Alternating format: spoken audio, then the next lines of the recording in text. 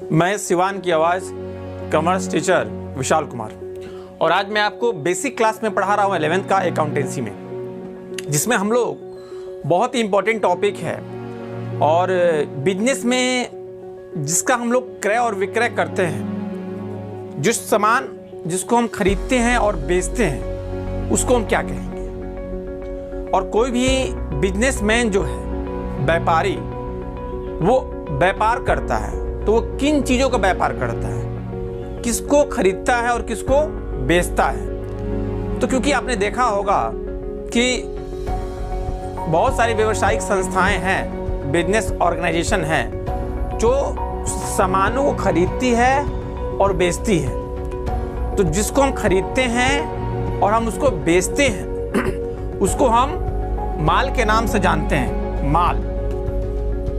माल को हम वस्तु भी कह सकते हैं, हम सामान भी कह सकते हैं। हिंदी में 3 शब्द होते हैं, माल, वस्तु और सामान, लेकिन इंग्लिश में एक ही वर्ड होते हैं जिसको हम लोग गुड्स के नाम से जानते हैं। GOODS, गुड्स मतलब सामान, माल या वस्तुएं जिनका कोई व्यापारी व्यापार करता है, सामानों को खरीदता है और उसको बेचता है।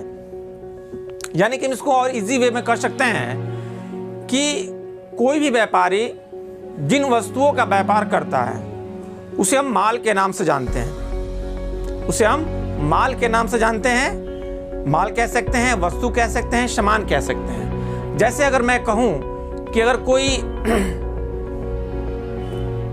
कपड़े का व्यवसायी है तो वो कपड़ा बेचेगा और वो कपड़ा खरीदेगा, तो उसके लिए क्या होगा, कपड़ा खरीदना और बेचना वो क्या कहलाएगा, उसके लिए माल कहलाएगा। यानी कि वो कपड़ा बेचता है तो उसके लिए वो माल कहलाएगा। किसान है, किसान के लिए क्या होगा, खेती करता है, गेहूं है, चावल है, दाल है, ये सारी सब्जियां जो उगाता है उसके लिए वो माल कहलाएगा। कोई फर्नीचर का व्यापारी है, फर्नीचर का व्यापार करता है, उसके लिए वो माल कहलाएगा। कोई स्टेशनरी का दुकान है, उसके लिए कॉपी, कलम,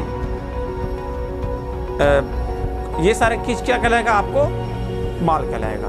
तो इस चीज को आप समझे हैं कि हम माल किसे कह सकते हैं। यानी कि जो व्यापारी जिस वस्तुओं का व्यापार करता है उसे हम माल के नाम से जानते हैं। उसके बाद हम लाते हैं इसमें एक वर्ड और है, परचेज और सेल्स।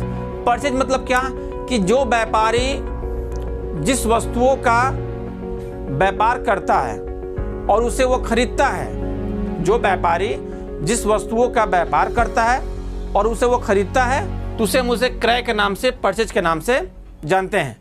इसके बाद आता है सेल्स, विक्रय। यानी कि थोड़ा सा मैं आपको बताऊं क्रय के बारे में, तो आप एग्जांपल मैं अगर दूं तो अगर मान लीजिए कोई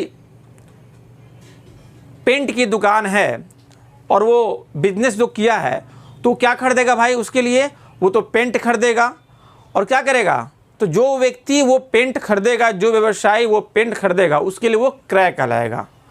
अगर कोई किराने का दुकान खोल के बैठा है और वो किराने का बिजनेस करता है, यानी कि उसके लिए क्या क्या चीज़ें होंगी, उसमें आटा हो जाएगा, दाल हो जाएगा, चीनी हो जाएगा, मसाला हो जाएगा, मैगी हो जाएगा, चाउमीन हो जाएगा, ये सारा चीज़ क्या होगा, उस दुकानदार के लिए क्रय कहलाएगा।